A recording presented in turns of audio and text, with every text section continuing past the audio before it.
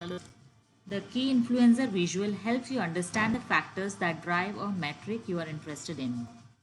So under visualization pane, please select the key influencer chart. Let's say we want to analyze our sales based on the city and subcategory and say region.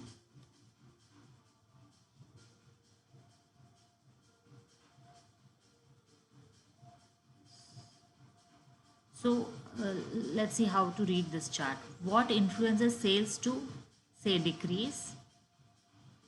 It is when the subcategory is fasteners, the average of sales is decreased by this much. And here we also see a chart.